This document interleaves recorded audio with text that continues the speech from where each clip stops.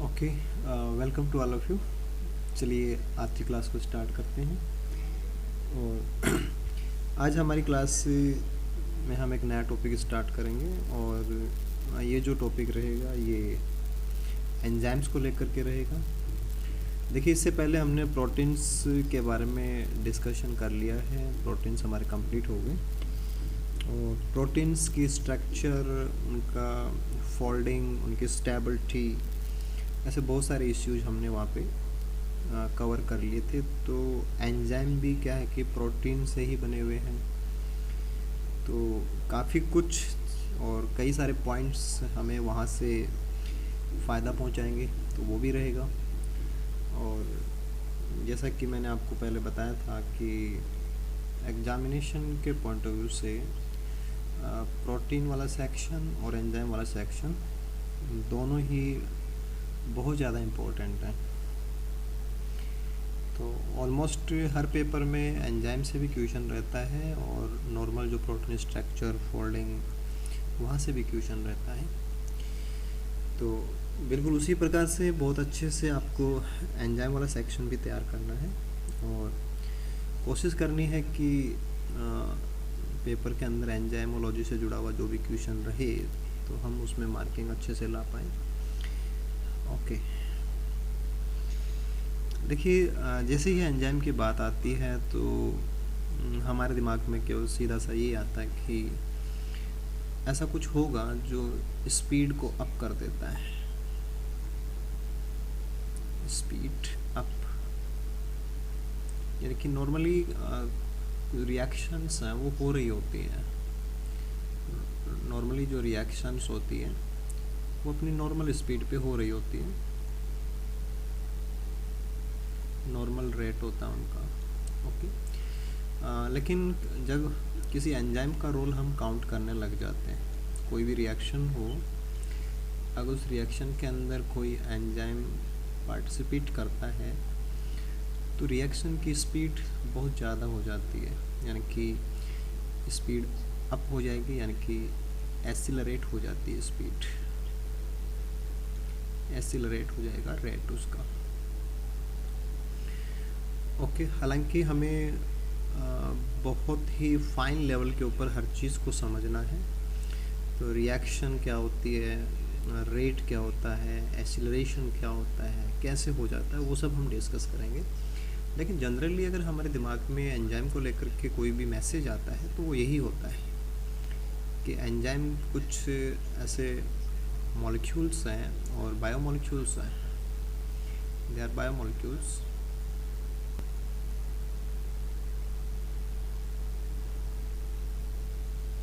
जो bio reactions को catalyse करते हैं। जो बायोलॉजिकल रिएक्शंस होती हैं, बायोलॉजिकल सिस्टम्स के अंदर जो पाथवेज होते हैं, बायोलॉजिकल रिएक्शंस, उन रिएक्शंस को स्पीड अप करते हैं। हालांकि केमिस्ट्री में भी काफ़ी रिएक्शंस होती है, रिएक्टेंट रिएक्ट करके प्रोडक्ट बनाते हैं, वहाँ पे कैटलिस्ट आते हैं, स्पीड अप कर देते हैं।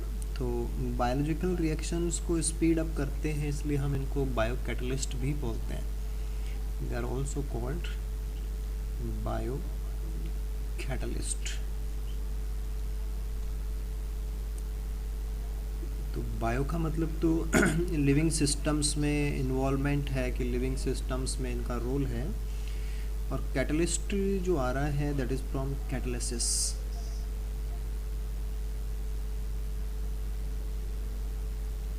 एंड कैटालिसिस एक प्रकार की प्रॉपर्टी होती है जिसको अपन कैटालिटिकल प्रॉपर्टी बोल सकते हैं। कैटालिटिकल प्रॉपर्टीज। तो जो भी हमारे एंजाइम्स हैं, एंजाइम्स को हम डिस्कस करेंगे, उन एंजाइम्स के पास कैटालिटिकल प्रॉपर्टीज होती हैं जिनकी वजह से वो बायोकेमिकल जो रिएक्शंस हैं उनको कैटलाइज कर पाते हैं। और क्योंकि वो रिएक्शंस को कैटलाइज कर रहे हैं और ये रिएक्शन बायोलॉजिकल रिएक्शंस होती हैं, तो हम इनको सिंपली बायो कैटलिस्ट भी बोलते हैं। तो वेरी बेसिकली देखा जाए तो एंजाइम्स बायोमॉलिक्यूल्स हैं और ये बायोमोलिक्यूल्स जो डिफरेंट टाइप की बायोलॉजिकल रिएक्शंस होती हैं, जो पाथवेज होते हैं, उनमें पर्टिकुलर जो रिएक्टेंट्स हैं, उन रिएक्टेंट से जो प्रोडक्ट बनने का जो मैकेनिज्म होता है, जो रिएक्शन होती है पर्टिकुलर, उसमें इनका इन्वॉल्वमेंट होता है और वहाँ पे ये अपनी कैटालिटिकल प्रॉपर्टीज़ को यूज़ करके पर्टिकुलर जो भी रिएक्शन होती है उस रिएक्शन की रेट को बूस्ट अप कर देते हैं, उसको हाई कर देते हैं। ओके, इसके बाद में अगर देखें कि बायोमोलिक्यूल्स तो लिविंग सिस्टम्स में बहुत सारे प्रकार के होते हैं, तो अल्टीमेटली अगर इनका स्ट्रक्चर देखा जाए या कंपोजिशन की बात करें, कंपोजिशन, तो जनरली अपन को ध्यान रखना है कि enzymes are made up of proteins. Enzymes are made up of protein, कि ये प्रोटीन के बने होते हैं। और it is not an universal, ऐसा नहीं कि हर एक एंजाइम प्रोटीन का ही बना होता है या उसमें 100% प्रोटीन ही होती है। ऐसा भी नहीं होता कि वो 100% प्रोटीन से ही बने होते हैं। प्रोटीन के अलावा भी उनमें और कंपोनेंट भी हो सकते हैं, जैसे कि को एंजाइम्स हैं, को फैक्टर्स हैं, मेटालिटिकल एक्टिवेटर्स हैं, जैसे कि को फैक्टर्स हैं, ऐसे ही को एंजाइम्स होते हैं, मेटल आयंस होते हैं, वो भी एंजाइम्स के साथ एसोसिएट रहते हैं। एंजाइम एक कॉम्प्लेक्स हो सकता है, एंजाइम एक कॉम्प्लेक्स भी हो सकता है, और एंजाइम के अंदर जो एंजाइमेटिक प्रोटीन होती है, एंजाइम प्रोटीन से बने होते हैं इसलिए हम उसको एंजाइमेटिक प्रोटीन भी बोल सकते हैं। तो एंजाइमेटिक प्रोटीन के अलावा उसमें कोफैक्टर्स भी हो सकते हैं, उसमें कोएंजाइम्स भी हो सकते हैं, और वहाँ पे स्पेसिफिक मेटल आयंस भी हो सकते हैं। These are additional.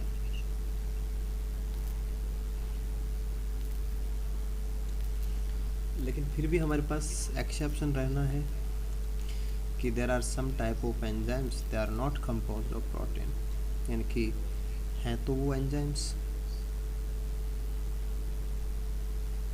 But not composed of proteins.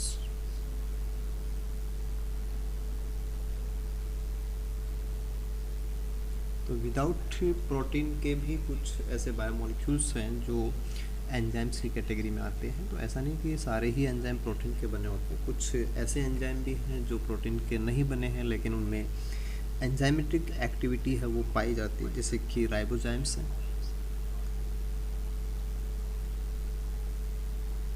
आप में से कोई बता सकता है राइबोजाइम क्या होता है?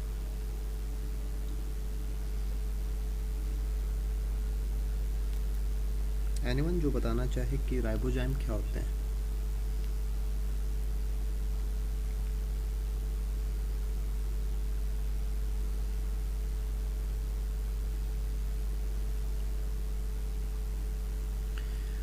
कि जब हम मॉलिक्यूलर बायोलॉजी में जाएंगे तो वहाँ पे हमें एक चीज़ पढ़नी होती है कि जो mRNA होता है उसकी स्प्लाइसिंग होती है, और mRNA की स्प्लाइसिंग को करने के लिए स्प्लाइसोसोम एक पूरा कॉम्प्लेक्स होता है, वो काम करता है। लेकिन कुछ ऐसे mRNA भी होते हैं या ऐसे rRNA चेन्स भी होती हैं जो स्प्लाइसिंग को कोज करती हैं या स्प्लाइसिंग को वो खुद ही कोज कर लेती हैं। तो जो काम कोई और करता है वो काम वो खुद ही कर लेते हैं खुद के लिए, तो उनको हम एंजाइम की कैटेगरी के अंदर इंक्लूड करते हैं। तो सेल्फ स्प्लाइसिंग आरएनएज हैं ये, क्योंकि स्प्लाइसिंग का मतलब होता है कि इंट्रॉन्स को रिमूव करना, और इंट्रॉन्स को रिमूव करने के लिए अगर कोई एंजाइम पार्टिसिपेट करेगा तब तो हो जाएगा स्प्लाइसोसोम के कंपोनेंट्स। लेकिन अगर वो स्प्लाइसिंग वो खुद ही कर दे, अपनी स्प्लाइसिंग खुद ही कर दे, दिस इज सेल्फ स्प्लाइसिंग, तो वो कौन है? They are ribozymes. They are totally composed of RNA. ये 100% आरएनए होता है, नॉट प्रोटीन। इसी प्रकार से बहुत ही इंटरेस्टिंग केस है कि जब हम राइबोसोम को पढ़ते हैं तो राइबोसोम एक राइबोन्यूक्लियोप्रोटीन होती है, RNP, इनकी उसमें RNA चेन भी होती है, प्रोटीन भी होती है। और राइबोसोम जब काम करता है तो हमने देखा था कि इसमें एक छोटी इकाई होती है और एक बड़ी इकाई होती है, और इसमें दोनों इकाइयाँ जहाँ मिलती हैं वहाँ पे 3 पार्ट होते हैं, 3 सेंटर्स होते हैं, 3 प्रकार की एक्टिविटी वहाँ पे होते हैं। तो उन एक्टिविटी को अगर हम यहाँ पे शो करें तो one is A site, one is E site and one is P site. And P site are the most important site, जहाँ पे पेप्टाइडल ट्रांसफरेज सेंटर होता है। P for peptidyl transferase center, यानी कि जो नॉर्मल पेप्टाइड बॉन्ड की formation होती है वो इसी साइट के ऊपर होती है। और एक्सरे क्रिस्टलोग्राफी स्टडीज से हमें ये पता चलता है कि जहाँ पे पेप्टाइड बॉन्ड बनता है उस जगह पे ओनली RNA होता है, only RNA means only RNA, ribosomal RNA होता है। तो नो प्रोटीन पार्टिसिपेट, राइबोसोम पूरा एक प्रोटीन है, लेकिन जहाँ पे पेप्टाइड बॉन्ड, रियल में पेप्टाइड बॉन्ड जहाँ पे बनता है ना, उस जगह पे कोई भी अमीनो एसिड पार्टिसिपेट नहीं करता है, ओनली RNA की चेन्स पार्टिसिपेट करती है।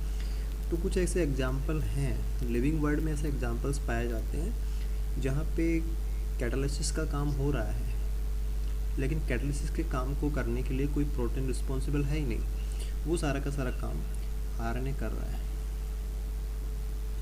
सेल्फ स्प्लाइसिंग RNA या वो राइबोसोम का RNA लें, तो दीज आर एग्जाम्पल्स कि ऐसा नहीं कि कैटालिसिस का काम केवल प्रोटीन ही करती है और हम उसको एंजाइम में ही काउंट करेंगे।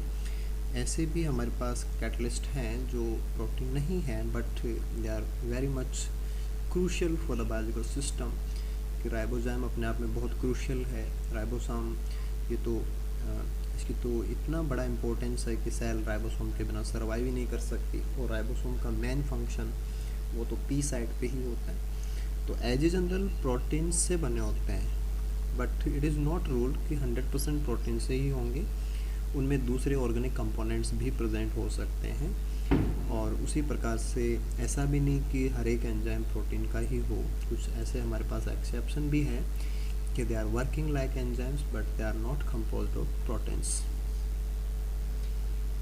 तो ये तो एक जनरल सा मैसेज हुआ कि हम बेसिकली हमारे जो बायोकैटलिस्ट हैं, जो एंजाइम्स हैं, उनको हम किस प्रकार से लें, या उनके बारे में हम जब फोकस करें या टॉपिक पे जाएं तो हमारे दिमाग में कैसी बातें रहनी चाहिए। ओके, इसके बाद में हम कुछ फीचर्स को काउंट करेंगे कि जो एंजाइम के जो फीचर्स होते हैं, करैक्टरिस्टिक्स बोल सकते हैं इनको अपन, स्पेशल फीचर्स।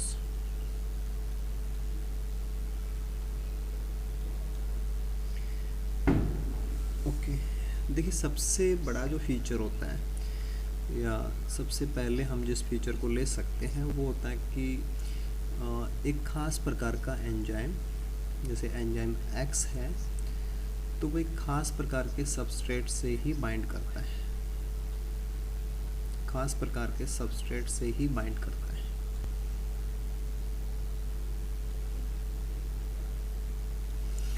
यानी कि हर कोई एंजाइम हर किसी सबस्ट्रेट के साथ में बाइंड नहीं करता है। मान लीजिए कि आपने एक एंजाइम लिया, दिस इज एंजाइम X, और इसके सामने सबस्ट्रेट है सेवरल टाइप के, this is substrate X, this is substrate Y and this is substrate Z।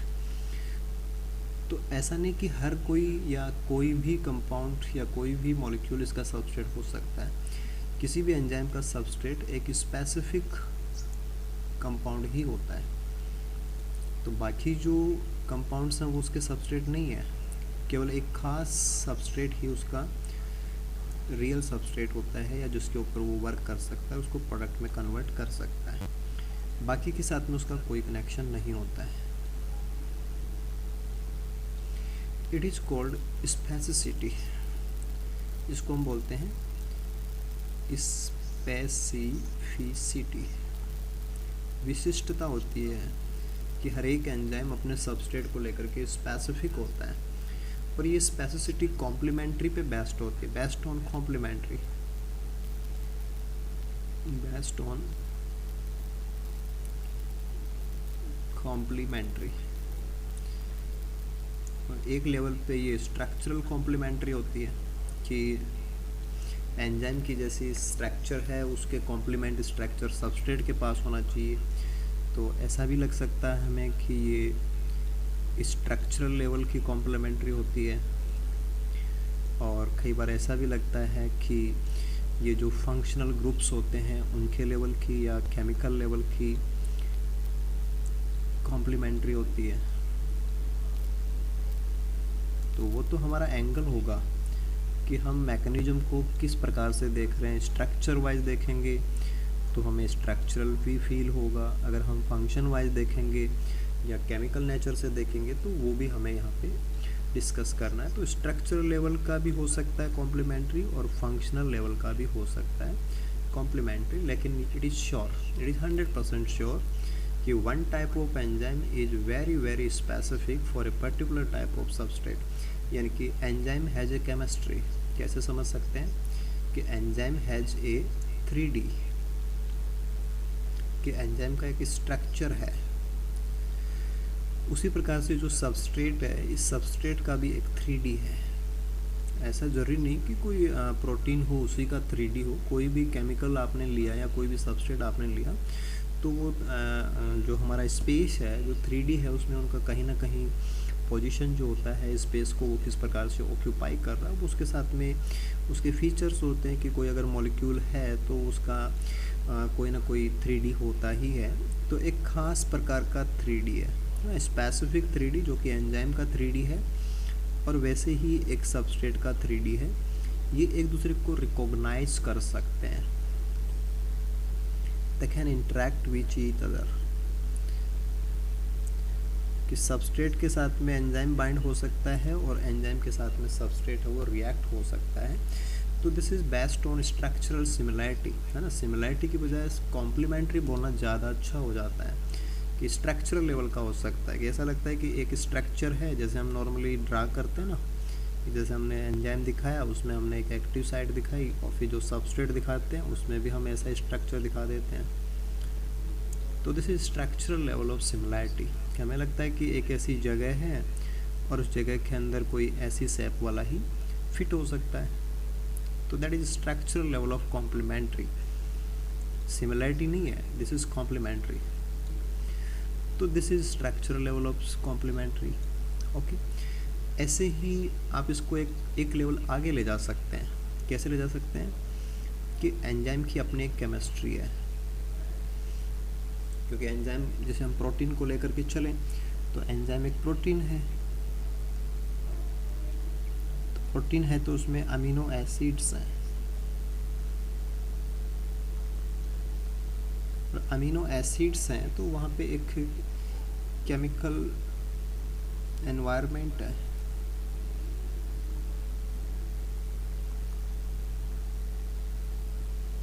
यानी कि एंजाइम की एक स्पेसिफिक केमिस्ट्री है, एक स्पेसिफिक केमिस्ट्री।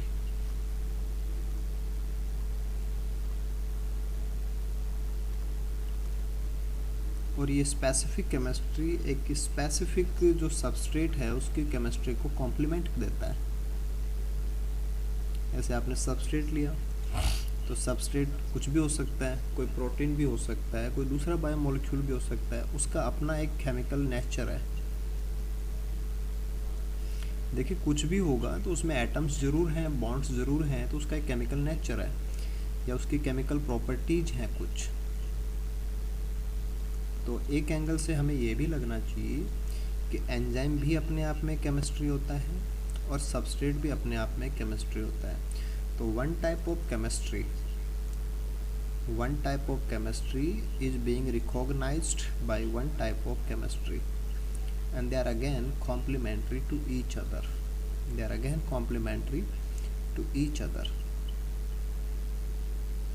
तो हम स्ट्रक्चर से भी अपनी बात को क्लियर कर सकते हैं कि this is a level of structural complementary, और as well as it may be a level of chemical complementary, कि एक खास प्रकार का केमिकल एनवायरनमेंट वो ही रिएक्ट कर सकता है एक खास प्रकार के केमिकल नेचर वाले कंपाउंड के साथ में, तो जो उसका कॉम्प्लीमेंट्री होगा वो तो उसका सबस्ट्रेट होगा, और जो कॉम्प्लीमेंट्री नहीं है दे आर नॉट सबस्ट्रेट।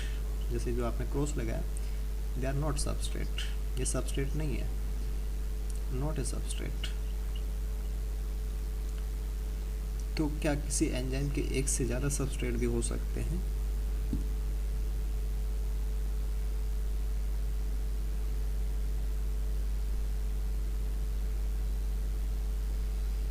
क्या किसी एंजाइम के एक से ज़्यादा सबस्ट्रेट भी हो सकते हैं?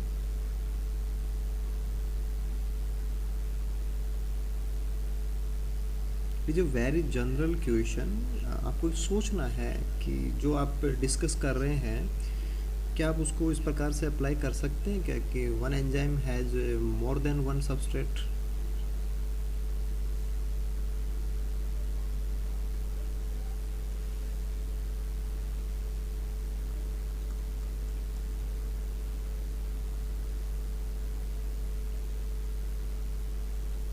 साहिन, सर हो सकते हैं, लेकिन उसके लिए एंजाइम पर भी सर अलग अलग साइट चाहिए सबस्ट्रेट की बाइंडिंग के लिए। ओके, एनीवन मोर?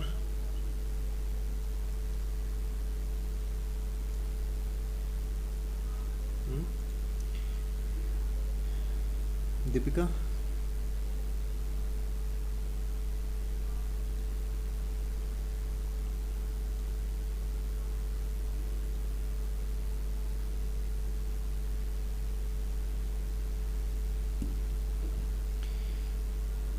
क्या कहना चाहोगे आप हेक्सोकाइनेज के लिए?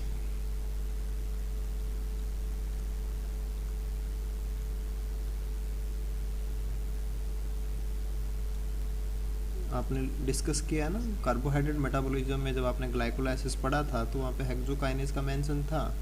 हेक्सोकाइनेज एक ग्लूकोकाइनेज, तो ग्लूकोकाइनेज का तो ग्लूकोज ही है सबस्ट्रेट, हेक्सोकाइनेज के तो हेक्सो शुगर्स होते हैं।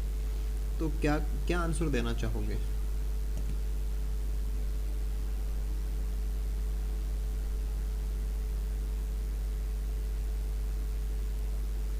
Alka? Different different cellular condition में इसके सबस्ट्रेट भी डिफरेंट होते हैं।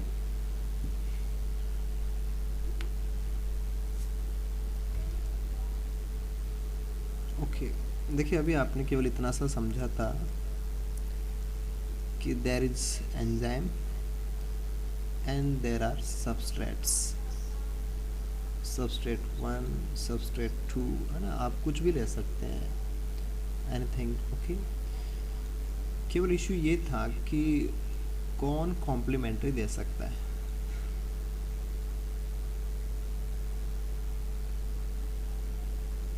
स्ट्रक्चरली कौन अप्रोप्रिएट है, केमिकली कौन अप्रोप्रिएट है। तो एनीवन जो भी अप्रोप्रिएट है, मान लीजिए आपने कहा कि 1 and 3 अप्रोप्रिएट है, तो बोथ आर सबस्ट्रेट। आपने कहा कि ओनली 2 ही अप्रोप्रिएट है, तो ओनली 2 विल बी सबस्ट्रेट। आप उसमें एक मार्जिन रख के सोचिए कि स्ट्रिक्टनेस नहीं है। हाँ, बहुत ज़्यादा स्ट्रिक्टनेस हो जाएगी तब तो हाईली स्पेसिफिक हो जाएगा कि केवल यही, तब तो आपने ऐसा भी देखा है कि एल एंड डी आइसोमर में भी डिफ्रेंशिएशन आ जाएगा कि एक एल को तो यूज़ करता है, डी को तो सबस्ट्रेट के रूप में यूज ही नहीं करता। और यहाँ पे हेक्सोकाइनेज है, वो तो कई सारी जो हेक्सो शुगर्स हैं उन पे काम कर सकता है। मीन्स हम ये कहना चाहते हैं कि अगर कोई भी ऐसा सबस्ट्रेट बोलने से पहले भी हमें इतना क्लियर होना चाहिए कि कोई भी ऐसा कंपाउंड जो किसी एंजाइम को कॉम्प्लीमेंटेशन दे सकता है, उसके कॉम्प्लीमेंट्री स्ट्रक्चर रखता है, या उसके साथ में रिएक्ट होने वाली कॉम्प्लीमेंट्री केमिस्ट्री या कॉम्प्लीमेंट्री स्ट्रक्चर रखता है, तो वो उसका सबस्ट्रेट हो सकता है। तो it is not a rule कि one enzyme has only one type of substrate. An enzyme can have more than one type of substrate, but यहाँ पे आपको क्या सोचना पड़ेगा कि each and every substrate must have a structural or chemical complementary to the particular type of enzyme, right? So it is a matter of complementary. कि क्या वो कॉम्प्लीमेंट्री दे रहा है, क्या वो उसके अकॉर्डिंग अप्रोप्रिएट है क्या। तो there is a room in chemistry, chemistry में रूम है, वहाँ पे केमिस्ट्री में जगह है इतनी कि अगर किसी को पर्टिकुलर बॉन्ड नीडेड है तो वो बॉन्ड जिनमें है, या पर्टिकुलर फंक्शनल ग्रुप नीडेड है तो वो फंक्शनल ग्रुप जिसमें है वो उसके सबस्ट्रेट हो सकते हैं।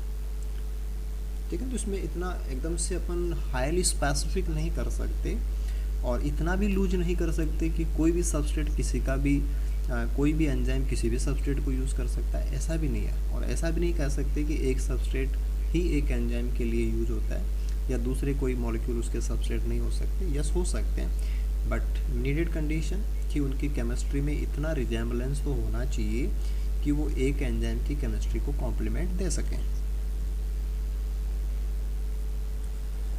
ओके, ठीक है, ये तो एक पहला पॉइंट हमारे पास आया था कि there is a very strong matter of spasticity,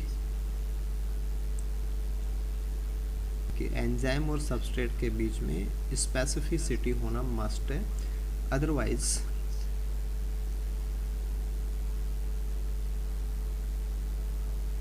जो एंजाइम की डेफिनेशंस है हम उससे बाहर चले जाएंगे।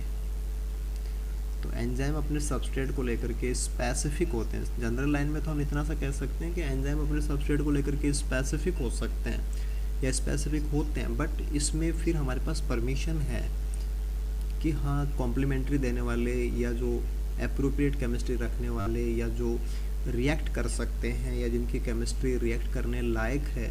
और फिर हम तो ये भी देखेंगे कि यहाँ पे एक ही एंजाइम के सामने अगर 5 सबस्ट्रेट हैं तो पांचों सबस्ट्रेट बराबर रूप से प्रोडक्ट में कन्वर्ट नहीं होते, उनके जो एफिनिटी है, स्पेसिसिटी है, वो वेरी करती है। तो ये तो सही है कि आपने सबस्ट्रेट 1 बोला एंड सबस्ट्रेट 2 बोला, 3 बोला, तो इन दोनों के साथ में एंजाइम बराबर रूप से रिएक्ट करे ये जरूरी नहीं है ना, क्योंकि कोई सबस्ट्रेट जो ज़्यादा अप्रोप्रिएट है उसके साथ में ज़्यादा रेट मिलेगी हमें रिएक्शन की, और जो थोड़ा सा कम अप्रोप्रिएट है उसके साथ में रिएक्शन की रेट कम मिलेगी।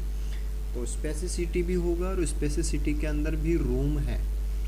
ठीक है, तो हम कॉन्सेप्ट को उसी अकॉर्डिंग डेवलप करें। इतनी सारी बातें आपके साथ डिस्कस करने के पीछे लॉजिक यही है कि आप जो बातें हम पहले से जान रहे हैं उनको रिफाइन करें आप, और रिफाइन करके ये समझें कि हाँ, हमें कहाँ कैसी बातें और अप्लाई करने की ज़रूरत हो तो हम उनको अप्लाई करें या ना करें। ओके, इसके बाद में हम सेकंड पॉइंट पे चलते हैं।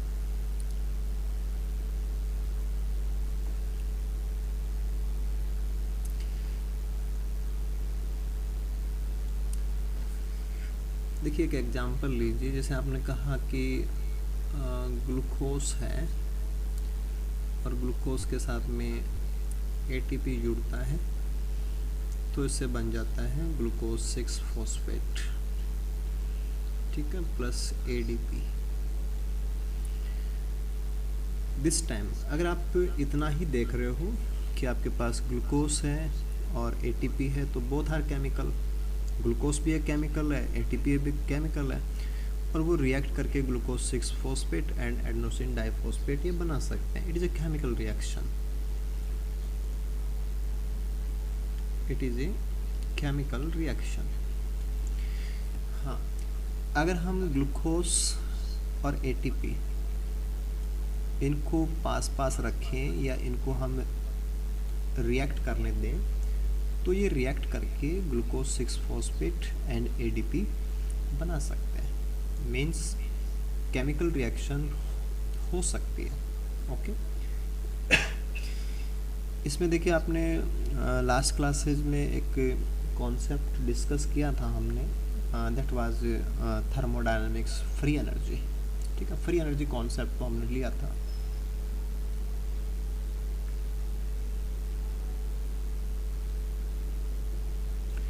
और फ्री एनर्जी कॉन्सेप्ट से हमें ये पता लगा था कि अगर कोई ऐसा कंफर्मेशन है जिसकी फ्री एनर्जी हाई है और एक ऐसा कंफर्मेशन है जिसकी फ्री एनर्जी लो है, तो हम इसको ये भी बोल सकते हैं कि लो फ्री एनर्जी वाला स्टेबल है और जो हाई वाला है वो अनस्टेबल है, क्योंकि प्रोटीन फोल्डिंग में हमने यही चीज़ फॉलो किया था कि अनफोल्डेड उसकी फ्री एनर्जी ज़्यादा होती है और फोल्डेड की फ्री एनर्जी कम हो जाती है। ओके, तो ऐसे ही वही कॉन्सेप्ट थर्मोडायनेमिक्स के वही कॉन्सेप्ट या फ्री एनर्जी के वही कॉन्सेप्ट हम अप्लाई कर सकते हैं रिएक्शंस के लिए भी।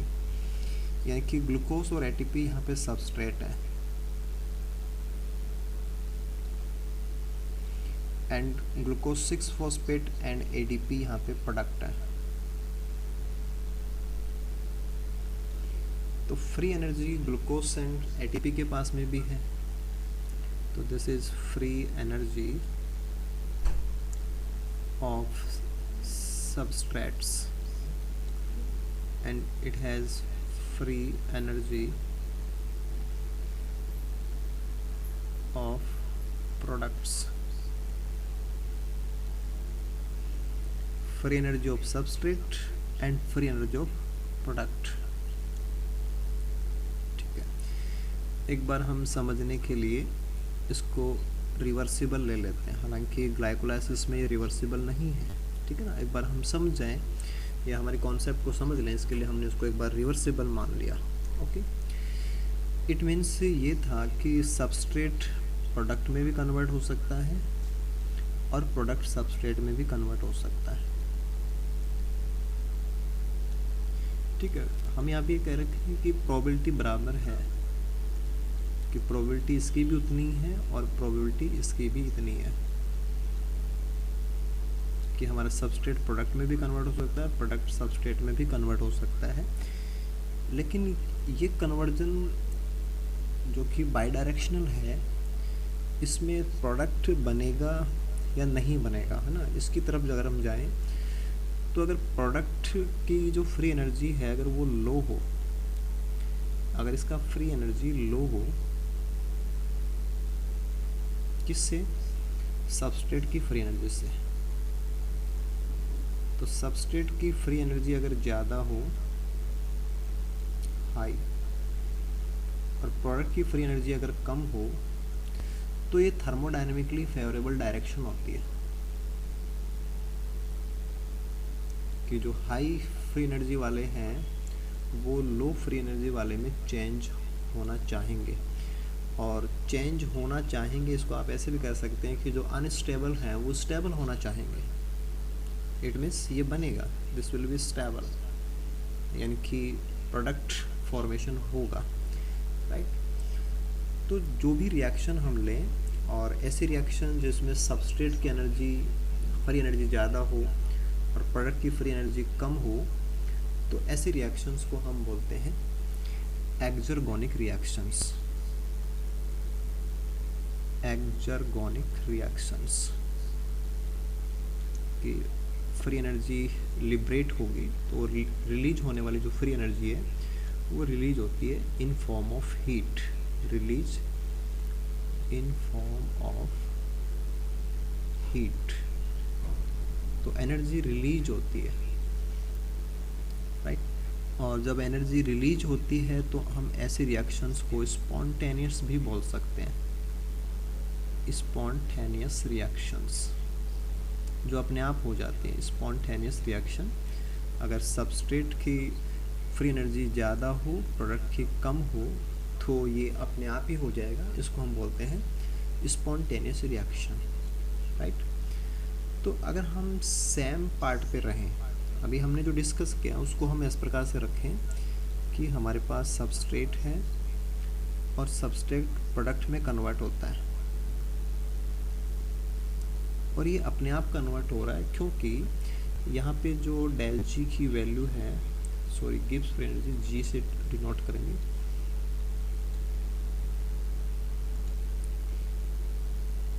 इसकी वैल्यू लो है और यहाँ पे जो फ्री एनर्जी है दैट इज हाई।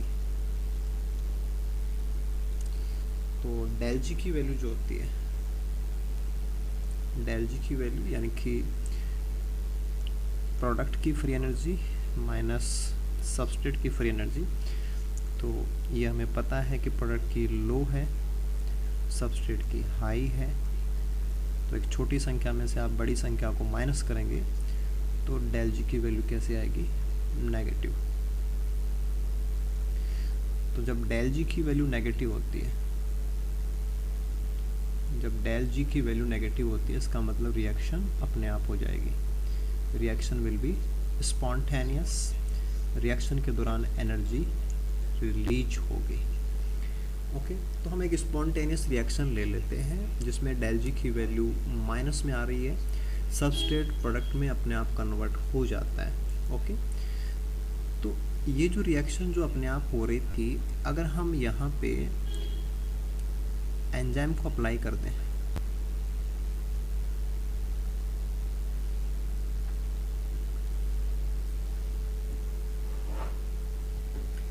अगर हम यहाँ पे एंजाइम को अप्लाई कर दें तो एंजाइम की वजह से क्या इफेक्ट आना चाहिए,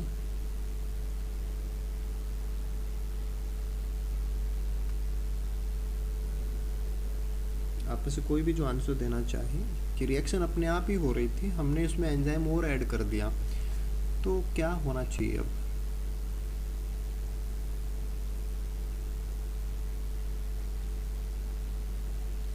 क्योंकि देखो ये तो बहुत सिंपल सी बात है कि एंजाइम को ऐड करते ही रिएक्शन की स्पीड बढ़ जाती है, लेकिन हम उस चीज़ को समझ भी पाए ना, ये ज़रूरी है हमारे लिए। चंचल,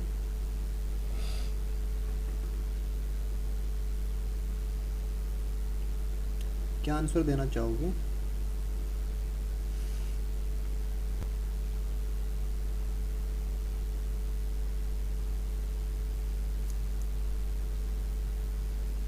डेल जी की वैल्यू चेंज हो जाएगी। डेल जी की वैल्यू चेंज होएगी ऐसे बोल रहे हो। जी। अच्छा, क्योंकि ये जो आपने आंसर दिया ना, अगर आप ऐसे आंसर वहाँ देंगे तो सारा का सारा माइनस में चला जाएगा, और यही चीज़ वो पूछता है पेपर में हमसे, CSIR ऐसी चीज़ें ही पूछता है। इसीलिए मैंने आपसे पूछने की कोशिश की कि आप लोग इस पे क्या बोलने वाले हो। आंसर तो गलत है आपका। टाइम कम लगेगा इस रिएक्शन में। टाइम कम लगेगा, क्या आप इस बात को और क्लियर कर सकते हो।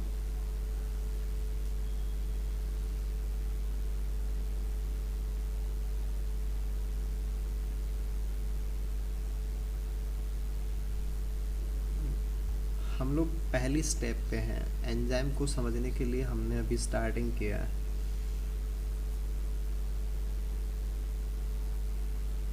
मतलब पहले जितनी टाइम हो रही थी उससे अब जल्दी हो जाएगी। रिएक्शन जल्दी हो जाएगी ऐसे बोलना चाह रहे हो, रिएक्शन की स्पीड बढ़ जाएगी। एंजाइम कैटलाइज रिएक्शन ज़्यादा तेज स्पीड से होते हैं ऐसा कहना चाह रहे हो। एक्टिवेशन एनर्जी कम होगी। तो एक्टिवेशन एनर्जी को हम इसमें कहाँ ऐड कर पाएंगे।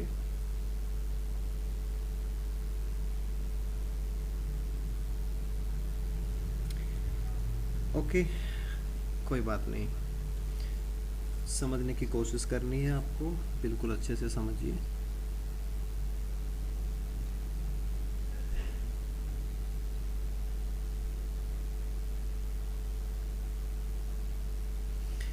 वाई एक्सिस के ऊपर ले लीजिए फ्री एनर्जी को,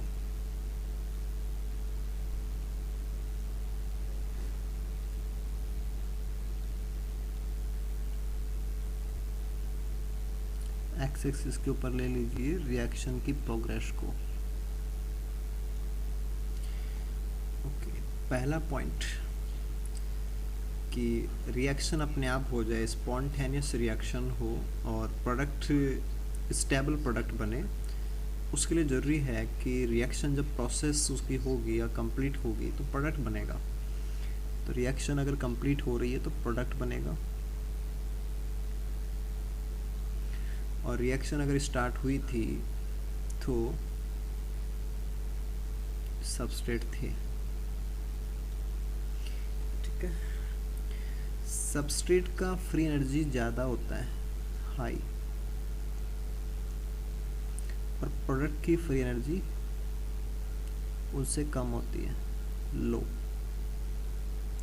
तो वाई एक्सिस के ऊपर फ्री एनर्जी है, तो हमने सबस्ट्रेट को फ्री एनर्जी ज़्यादा माना और प्रोडक्ट की फ्री एनर्जी को कम माना। तो हमने ये जो ब्लू लाइन से एस एंड पी को डिनोट किया वो हमने इस प्रकार से इसलिए किया। ओके, ठीक है।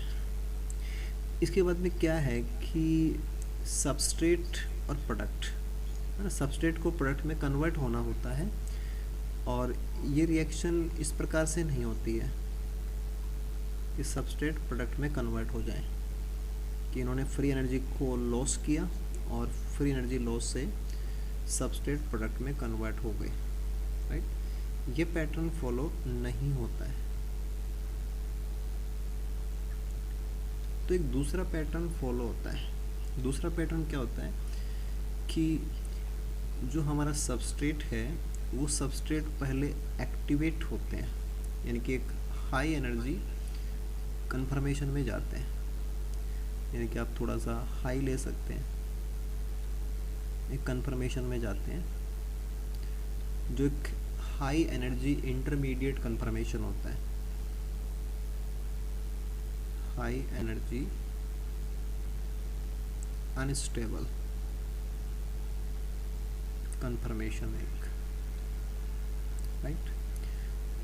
तो वेरी फास्टली हमारे जो सबस्ट्रेट हैं उनको ये इंटरमीडिएट कन्फर्मेशन अटेंड करना होता है, उसके बाद में वो प्रोडक्ट में कन्वर्ट हो जाते हैं। मीन्स सबस्ट्रेट को प्रोडक्ट में कन्वर्ट होने से पहले एनर्जी सोखनी होती है, क्योंकि जब आप और एनर्जी इसको दे रहे हैं तो एनर्जी एब्जॉर्ब होती है, this energy will be absorbed. तो this is called activation energy, this is called activation energy.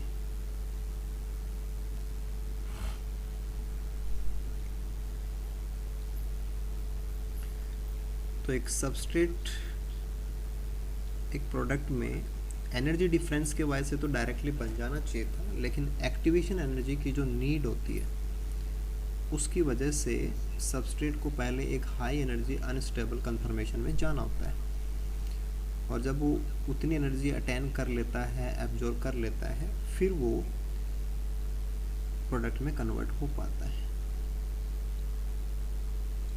तो यहाँ पे एक बिगेस्ट इश्यू आ गया था एक्टिवेशन एनर्जी का।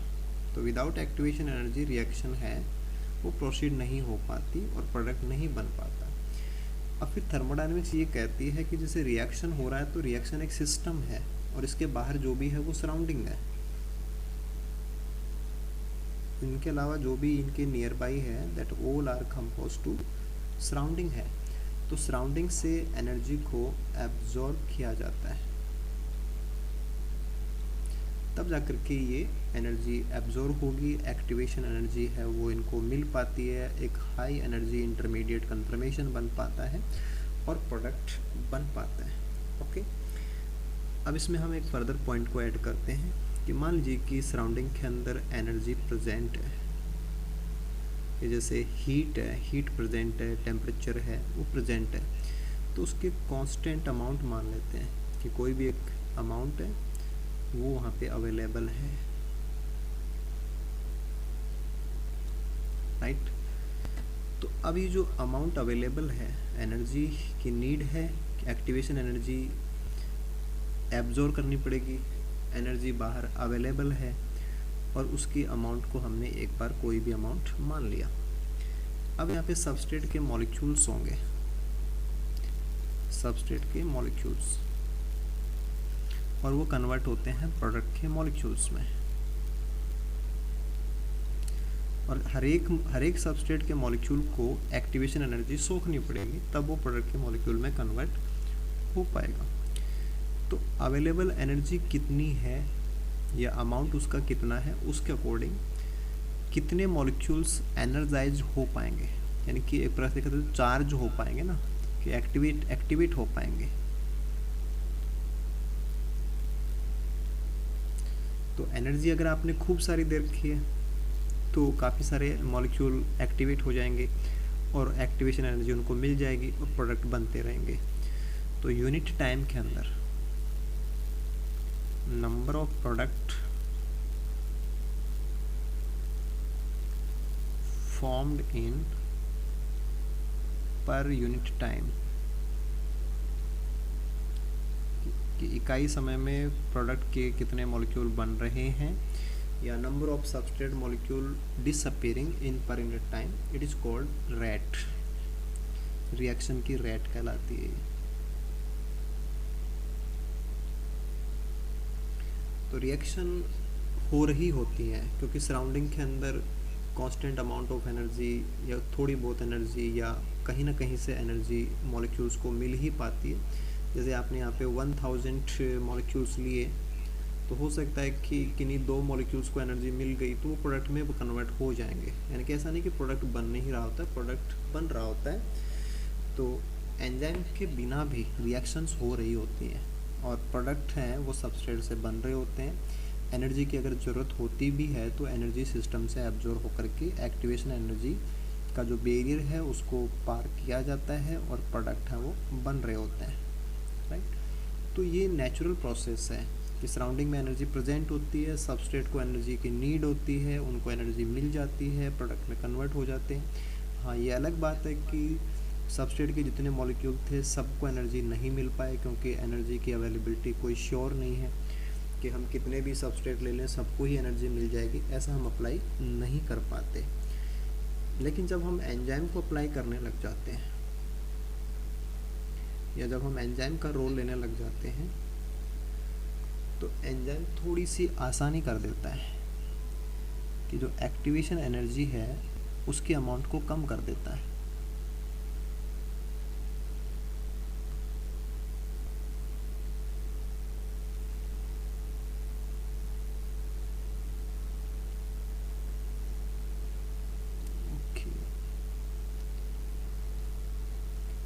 अमाउंट जो कि एक्टिवेशन के लिए ज़रूरी थी वो अब छोटी हो जाएगी। तो पहले एनर्जी ज़्यादा ज़रूरत थी और अब एनर्जी की रिक्वायरमेंट कम हो जाती है।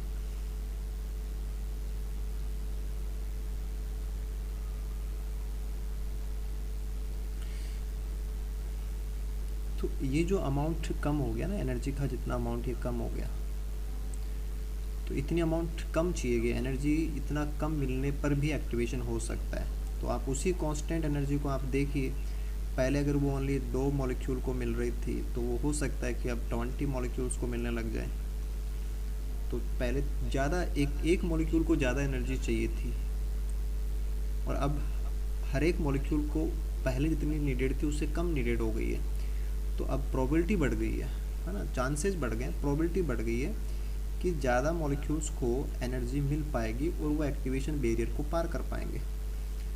तो इसलिए उसी कांस्टेंट एनर्जी से एंजाइम होने पर ज़्यादा सबस्ट्रेट है वो प्रोडक्ट में कन्वर्ट होने लग जाते हैं, इसलिए हमारी जो रेट है वो स्पीड अप हो जाती है। तो कुछ ऐसा सिंपली मान सकते हैं कि कोई काम था, वो काम कोई अकेला भी कर सकता था लेकिन उसको अकेले को ज़्यादा ताकत लगानी पड़ती थी, और कोई एक्सपर्ट ने क्या किया कि उस काम को एक आसान तरीके से करा दिया, तो अब काम ज़्यादा होने लग गया और आप कह सकते हैं कि प्रोडक्ट ज़्यादा बनने लग गया। तो अमाउंट ऑफ एक्टिवेशन एनर्जी है वो लोवर्ड हो जाती है, वो कम हो जाती है। तो नीड जो थी वो एंजाइम के प्रेजेंस के अंदर रिड्यूस हो जाती है, और रिड्यूस होने से ज़्यादा जो सबस्ट्रेट है वो प्रोडक्ट में कन्वर्ट हो जाते हैं। तो मोर सबस्ट्रेट कैन फॉर्म प्रोडक्ट। तो जब उसी समय के अंदर ज़्यादा प्रोडक्ट बनने लग जाएंगे तो हम कह देंगे कि रेट बूस्ट हो गई है, रेट स्पीड अप हो रही है। इसमें हमें फर्दर कुछ और पॉइंट्स को देखना है। पहला पॉइंट, एंजाइम ने क्या किया यहाँ पे एंजाइम का क्या वर्क रहा है।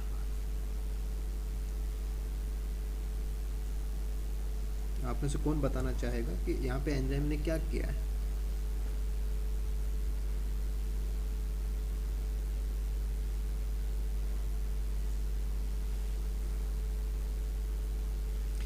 तो सामने दिख रहा है एक्टिवेशन एनर्जी को लोवर्ड कर दिया, बस एक्टिवेशन एनर्जी को रिड्यूस कर दिया ना। एक्टिवेशन एनर्जी को पहले ज़्यादा ज़रूरत थी, अब उसकी ज़रूरत कम कर दी है, यानी कि lowering of activation energy.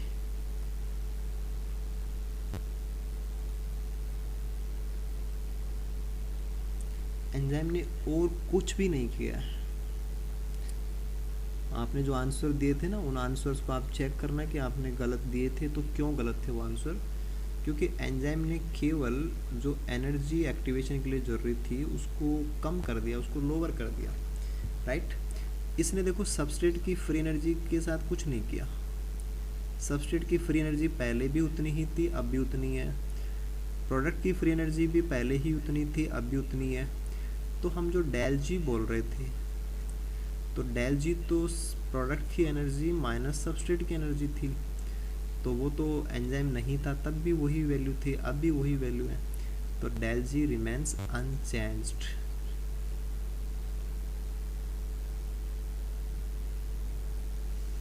Del G remains unchanged. Biggest question of CSIR।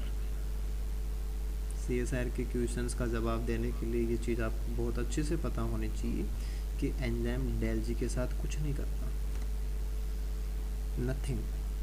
वो सबस्ट्रेट की फ्री एनर्जी को और प्रोडक्ट की फ्री एनर्जी को कोई चेंज नहीं करता। हाँ, वो जो इंटरमीडिएट कॉम्प्लेक्स बनता है, हालांकि हमने अभी ES कॉम्प्लेक्स को यहाँ पे ऐड भी नहीं किया, लेकिन एक एंजाइम लेंगे तो ES कॉम्प्लेक्स बनने लग जाता है, हाई एनर्जी इंटरमीडिएट कॉम्प्लेक्स। हाँ, उसकी एनर्जी को कम कर देता है, तो लोअरिंग ऑफ एक्टिवेशन एनर्जी बोल दें या energy of enzyme substrate intermediate complex बोल दें, तो उसको लोअर करता है, बाकी फ्री एनर्जी के साथ में कोई चेंज नहीं करता।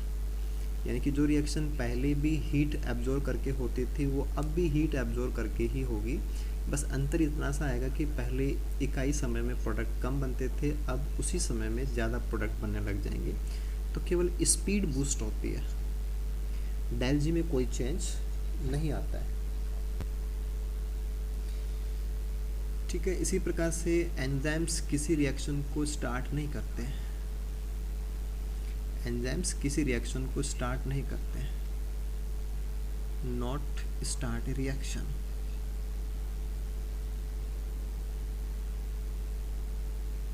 रिएक्शन तो हो रही होती है, ये तो उनको केवल स्पीड अप करते हैं, रिएक्शन को स्टार्ट कभी भी नहीं करते हैं। और ऐसे ही ये रिएक्शन का जो इक्विलिब्रियम है उसको कभी चेंज नहीं करते हैं, not changed the reaction equilibrium. तो ये कुछ पॉइंट्स हैं जो आपको बिल्कुल क्लियर रखने हैं कि रिएक्शन को स्टार्ट भी नहीं करते हैं, रिएक्शन का जो इक्विलिब्रियम होता है उसको भी बिल्कुल चेंज नहीं करेंगे, उसमें कोई चेंज नहीं करते हैं।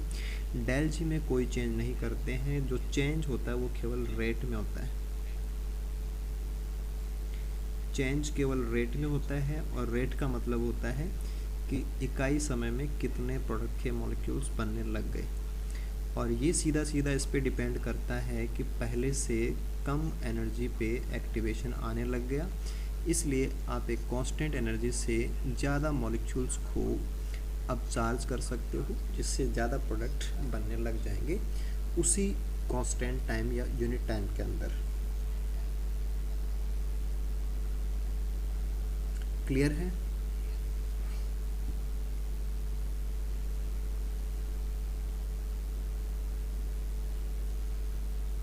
चंचल अभी समझ गए बात को कि डेल जी में कोई चेंज नहीं आएगा।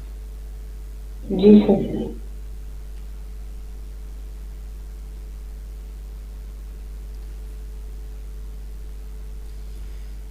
ओके, इसके बाद में हम नेक्स्ट कुछ पॉइंट्स पे बातें करते हैं। तो अभी हमने देखा कि जो हमारे एंजाइम्स हैं they are composed of proteins, जो प्रोटीन से बने हुए हैं, मीन्स वो पेप्टाइड्स हैं, पेप्टाइड्स, पॉलीपेप्टाइड्स, ठीक है। तो they are composed of amino acids.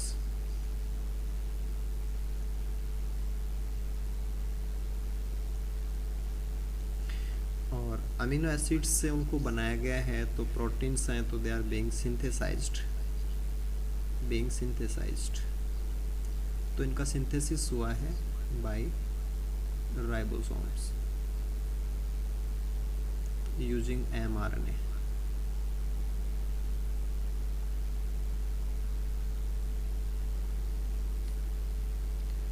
तो एंजाइम के रूप में जो भी प्रोटीन काम कर रही है, तो उस प्रोटीन का कोई जीन है तो उसका mRNA बनता है, उस mRNA को राइबोसोम यूज़ करता है, राइबोसोम वो प्रोटीन बना करके देता है। प्रोटीन के पास primary structure, secondary structure, tertiary structure, quaternary structure ये सब होते हैं, वो फोल्डिंग वगैरह सारी चीज़ों को फॉलो करेगी। अल्टीमेटली वो अपना एक नेटिव कन्फर्मेशन प्राप्त करती है। Native conformation, the most stable conformation with the lowest free energy. तो जब वो नेटिव कन्फर्मेशन अटेन कर लेती है तो वो अपना एक प्रॉपर फंक्शन देती है, यानी कि अपना कैटालिटिकल बिहेवियर देती है, और उस कैटालिटिकल बिहेवियर की वजह से ही हम उसको एंजाइम के रूप में काउंट करते हैं। तो जो भी हमारे एंजाइम्स होंगे वो बनाए जाते हैं, सिंथेसिस होता है उनका, they are being synthesized by ribosomes using mRNA। और ये जो इवेंट होता है कि mRNA को यूज़ करके राइबोसोम की सहायता से प्रोटीन का बनना, ये कहाँ पे होता है? सेल के कौन से हिस्से में होता है?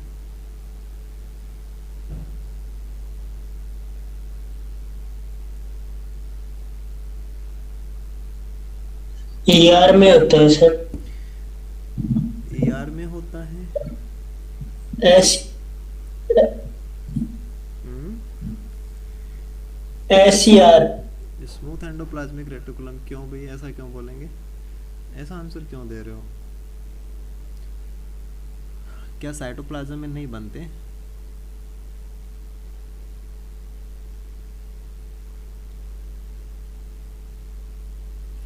देखो, राइबोसोम तो साइटोप्लाज्म में ही होते हैं, और जब वो अगर ER पे जाकर के चिपक जाते हैं तो फिर ये रफ एंडोप्लाज्मिक रेटिकुलम बन जाती है, RER, वरना ये राइबोसोम है।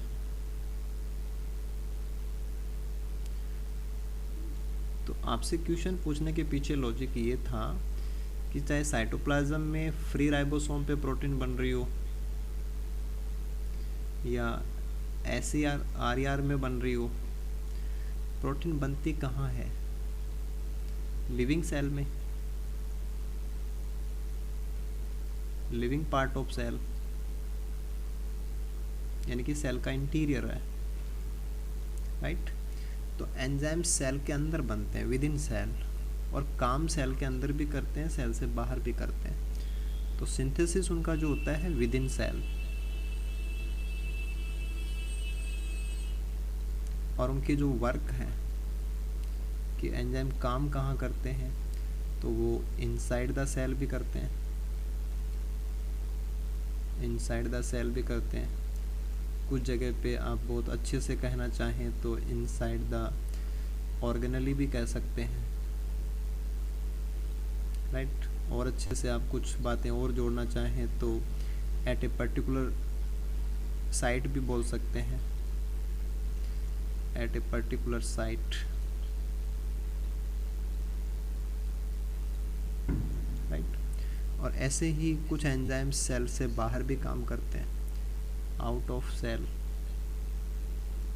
जैसे कि हमारे डाइजेस्टिव एंजाइम्स हैं, वो डाइजेस्टिव जो ग्लैंड की सेल्स हैं उनको सीक्रेट आउट करके डाइजेस्टिव सिस्टम में छोड़ देते हैं। ऐसे ही फंजाई हैं, वो जब डाइजेशन करते हैं तो उनके एंजाइम माइसीलियम से बाहर ही सीक्रेट आउट होते हैं। तो कुछ एक एंजाइम, मोस्टली एंजाइम सेल के अंदर काम करते हैं, तो they are endo enzymes, endo enzymes.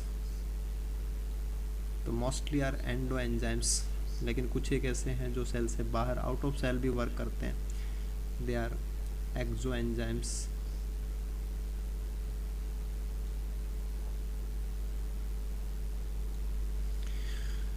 तो there is a question for you कि what about disulphide bonding? What about covalent bonding, है ना? डाइसल्फाइड बॉन्डिंग को आप कोवलेंट बॉन्डिंग भी बोल सकते हैं। तो डाइसल्फाइड बॉन्डिंग यानी कि सिस्टीन के बीच में जो डाइसल्फाइड बॉन्डिंग बन रहा है ना, उसके रिगार्डिंग आपको बताना है कि एक ऐसे एंजाइम जो सेल के अंदर काम करते हैं, एक ऐसे एंजाइम जो सेल के बाहर काम करते हैं। तो क्या दोनों प्रकार के एंजाइम्स के अंदर डाइसल्फाइड लिंकेज एक जैसे होते हैं या कुछ वेरिएशन होना चाहिए?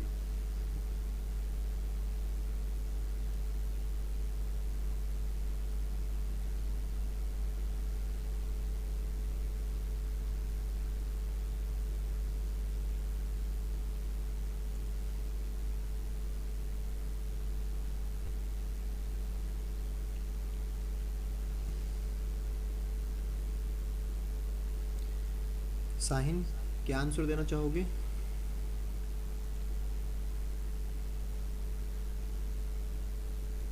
सिस्टीन की अमाउंट किस में ज़्यादा होगी, एक्सो एंजाइम्स में या एंडो एंजाइम्स में?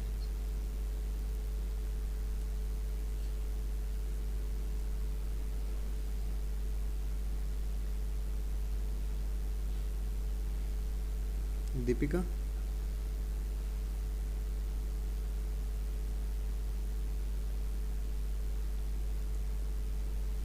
ज्योति, तुम्हें बातें समझ में आ रही हो तो आंसर दीजिए इसका।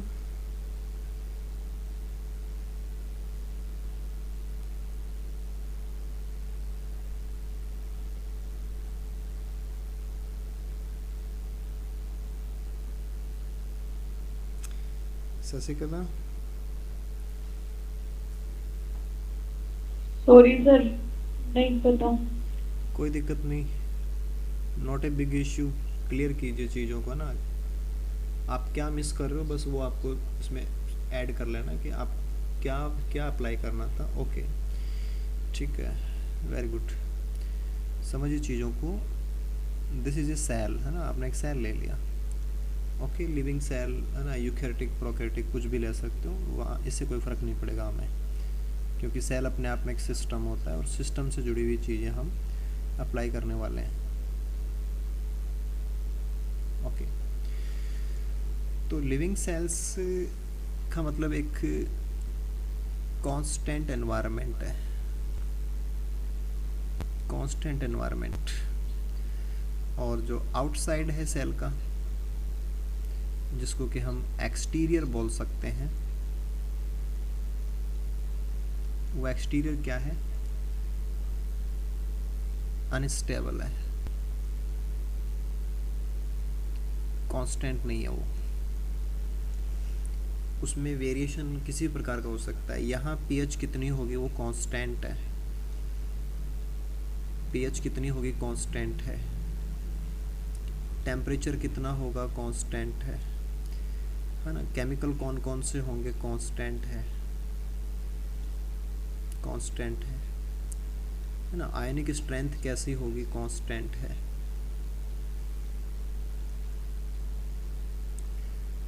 तो जो चीज़ें प्रोटीन की 3D को प्रभावित कर सकती हैं, या प्रोटीन की 3D जिन चीज़ों पे डिपेंड करती है, वो फैक्टर्स ऑलमोस्ट यहाँ पे कांस्टेंट है।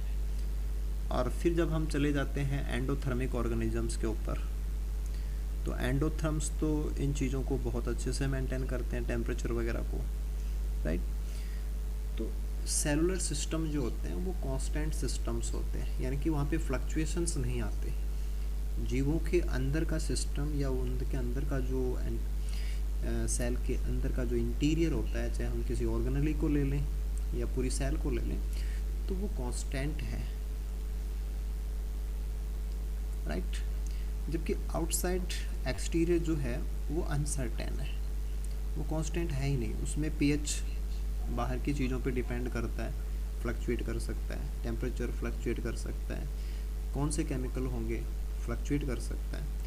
आपके बाल हैं, ठीक है, आप बाहर जा रहे थे और आपके बालों में क्या गिर जाएगा या डस्ट के कौन से पार्टिकल गिर जाएंगे, अनसर्टेन है ना? कितनी धूप उनको सहनी पड़ सकती है, अनसर्टेन है। तो सेल से बाहर सब अनसर्टेन है।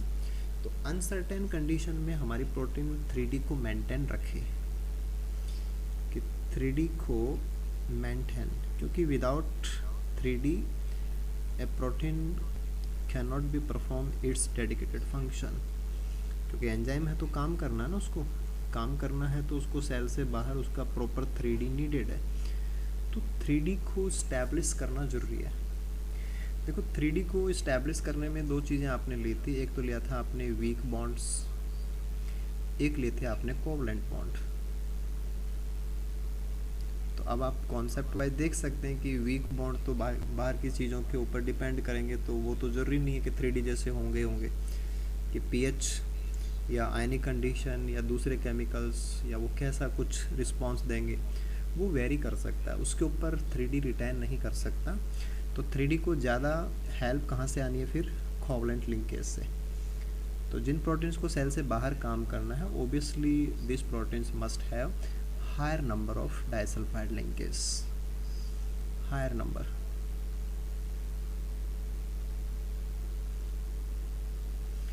तो सेल के अंदर भी प्रोटीन एंजाइम्स के रूप में काम करती है और सीक्रेट आउट भी होती है ना, बाहर सीक्रेट आउट होकर के वो सेल से बाहर भी काम कर सकती है। तो एक्जो एंजाइम्स भी हैं, और लेकिन ऐसा कभी नहीं होता है कि बाहर से कोई एंजाइम आए और सेल के अंदर आके काम करे। जैसे आपने कोई सेल लिया है और कोई एंजाइम एक्स ये बाहर से सेल के अंदर आकर के काम करे, ऐसा नहीं होता है।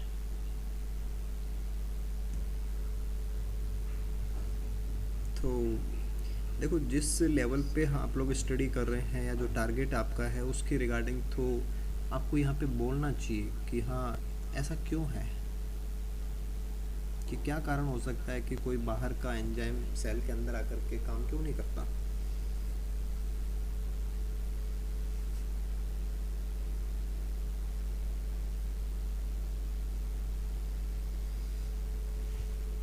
एनीवन, आप में से कोई भी जो कुछ कैसा भी आपके दिमाग में इनकी बाइंड करने की बाइंड करने की स्पेसिफिक वो इस प्लेस होगा शायद बाइंड होने का, स्पेसिफिक प्लेस होगा एंजाइम का। जब वो अपने बाइंड होने वाले को पहचान पाएंगे तभी तो अंदर जाएंगे। ठीक है, मैं आपको ये कह देता हूँ कि ये बाइंड होने वाले ही हैं, पहचानता है इनको, रिकॉग्नाइज करता है सिस्टम। ठीक है, आप जो बोलना चाह रहे हैं उसके अकॉर्डिंग ये ठीक है। तो ऐसी स्थिति में क्या बोलोगे?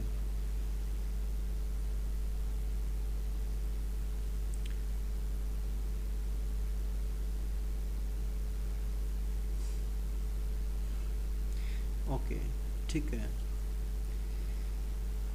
Just very simple example, take a very simple example.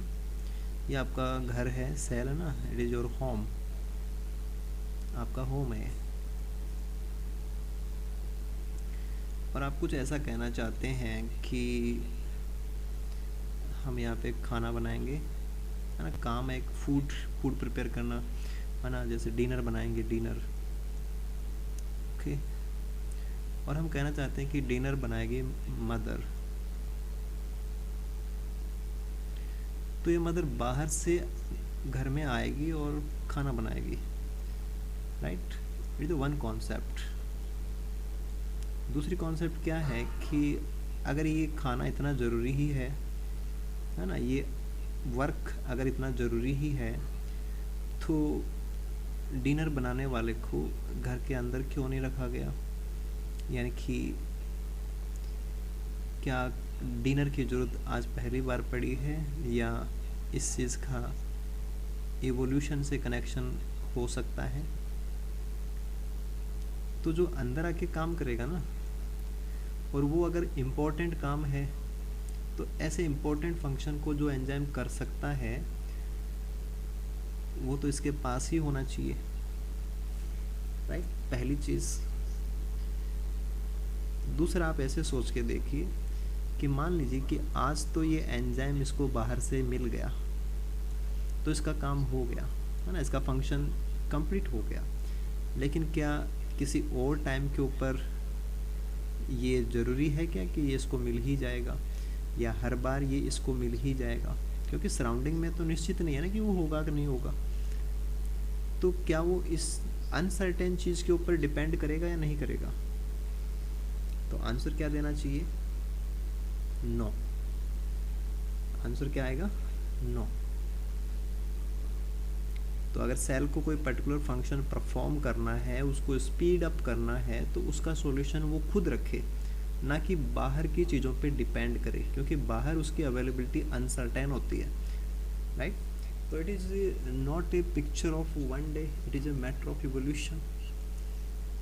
It is a matter of evolution कि प्रोटीन है, वो जीन है ना, जेनेटिक इवोल्यूशन है, जेनेटिक चेंज है। तो उसकी वजह से हम क्या कह पाएंगे कि ये पॉसिबल है कि सेल के इनसाइड से आउटसाइड जाकर के एंजाइम वर्क करेंगे, है ना, ऐसे तो करते हैं, लेकिन आउटसाइड से कोई एंजाइम आकर के सेल के अंदर काम नहीं करता। नो।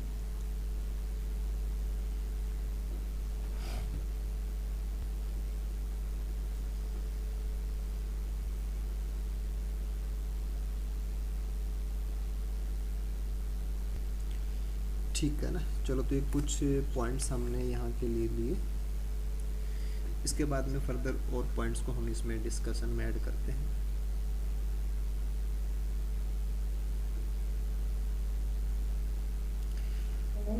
हाँ बोलिए। एंजाइम का तो एक फीचर होता है कि उनका एक्सपोर्ट और इंपोर्ट नहीं होता, तो फिर बाहर जाके वर्क कैसे करेंगे? एंजाइम्स का एक्सपोर्ट नहीं होता? ऐसे लिखा था नोट्स में कि एक्सपोर्ट और इंपोर्ट नहीं होता, cell make their own enzymes. अच्छा, एक्सपोर्ट और इंपोर्ट नहीं होता, है ना। चलो कोई बात नहीं, आपकी बात को रेक्टिफाई करते हैं। तो आप ये कहना चाहते हैं कि एक्सपोर्ट नहीं होता, इंपोर्ट मतलब बाहर जाके फंक्शन नहीं होता। कोई बात नहीं, अभी आप इतना तो समझ गए थे कि इंपोर्ट तो नहीं होते, है ना, बाहर से कोई आके अंदर काम नहीं करता, ये तो क्लियर है। ठीक है, फिर इश्यू आ रहा है कि क्या एक्सपोर्ट होते हैं, नहीं होते। तो कई बार क्या होता है कि जैसे आपको किसी चीज़ के ऊपर कंक्लूजन निकालना है कि आप डाउट में आ गए, आपको डाउट लग रहा है कि मतलब क्या सही है, आपको ये लगता है कि हो भी सकता है, नहीं भी हो सकता। तो उस समय क्या होता है कि आपको या तो वो चीज़ क्लियर हो, अगर क्लियर नहीं होती है तो आपके पास एक दूसरा रास्ता होता है कि आप कोई एग्जाम्पल लीजिए उसका। तो आप कोई भी एग्जाम्पल ढूंढ लो ऐसा, ठीक है। आपने कहा कि फंगस है, ये फंगस का हाइफा है, और ये फंगस का हाइफा यहाँ पे कोई ऑर्गेनिक मटेरियल है, एक सैप्रोफिटिक फंजाई है, ऑर्गेनिक कंपाउंड है कुछ भी यहाँ पे, तो ये उनको डाइजेस्ट करेगा, तो ये एंजाइम्स को सीक्रेट करता है। और क्या ये सच में सीक्रेट करता है एंजाइम्स को? क्या ये सच में सीक्रेट करता है एंजाइम्स को? तो फिर आपको सब्जेक्ट में और बहुत सारी चीज़ें पता होती है कि हाँ ये बाहर सीक्रेट होते हैं, कंपाउंड्स को ये तोड़ेंगे, फिर कंपाउंड को सोल्यूबलाइज करेंगे, जिससे कंपाउंड है वो डिग्रेड होगा, एंजाइम उसको तोड़ेंगे, डिग्रेड होगा, और डिग्रेड और सोल्यूबलाइज को ये एब्जॉर्ब कर लेते हैं। ये तो फंगस का न्यूट्रिशन का तरीका है कि वो फूड को एब्जॉर्ब करते हैं, ठीक है ना। बाकी और कोई नहीं है ऐसा जो फूड को एब्जॉर्ब करता है, या पचे हुए भोजन को, या डिग्रेडेड फूड को, या डाइजेस्टेड फूड को एब्जॉर्ब करता है। यार फंजाई, ये फंगस ऐसा काम करते हैं, ठीक है। ऐसे आप एल्यूरोन लेयर को ले सकते हो कि बीजों के अंदर एल्यूरोन लेयर होती है, और उस एल्यूरोन लेयर के अंदर डाइजेस्टिव एंजाइम्स होते हैं, अल्फा माइलेज। तो जब आप प्लांट फिजियोलॉजी पढ़ेंगे तो वहाँ पे रोल आएगा जिब्रेलिक एसिड का। तो जिब्रेलिक एसिड के रिस्पॉन्स के अंदर अल्फा अमाइलेज क्या करता है? सीक्रेट होता है। अल्फा अमाइलेज सीक्रेट होते हैं, सेल से बाहर सीक्रेट होंगे। और यहाँ पे कौन सी सेल होती है? एंडोस्पर्म, जिनमें स्टार्च भरा होता है। तो स्टार्च को डाइजेस्ट करते हैं वो, ठीक है। ऐसे आपके डाइजेस्टिव एंजाइम्स हैं, हमारे ह्यूमन बॉडी के डाइजेस्टिव एंजाइम्स हैं। तो जैसे पैनक्रियाज है वहाँ से सीक्रेट आउट हुए, लीवर है वहाँ से सीक्रेट आउट हुए। काम कहाँ करते हैं? काम करते हैं एलिमेंट्री कैनाल के अंदर। तो सेल से बाहर निकलना, अगर कोई सेल से बाहर चला गया तो वो तो एक्सटीरियर हो गया ना। तो सेल से बाहर जाना एक्सटीरियर है, तो क्या वो एक्सपोर्ट नहीं होते?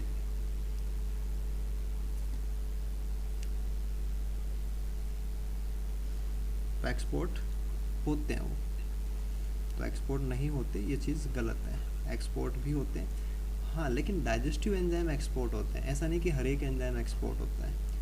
तो एक बहुत बड़े एंगल से देखें या एक बहुत सामान्य सा देखें तब लगता है कि हाँ सेल के अंदर बनते हैं और अंदर ही काम करते हैं, लेकिन ऐसा भी नहीं कि हमेशा अंदर ही काम करते हैं। डाइजेस्टिव एंजाइम जो कि एक्स्ट्रा सेलुलर डाइजेशन का काम करना, वो तो बाहर ही जाके काम करेंगे ना। हाँ, पर ये ज़्यादा सही है कि सेल कभी भी इम्पोर्ट नहीं करती है। Never relay on the exterior enzymes, कि कोई दूसरा एंजाइम बना के देर उसको हम काम में लें, ऐसा नहीं होता है।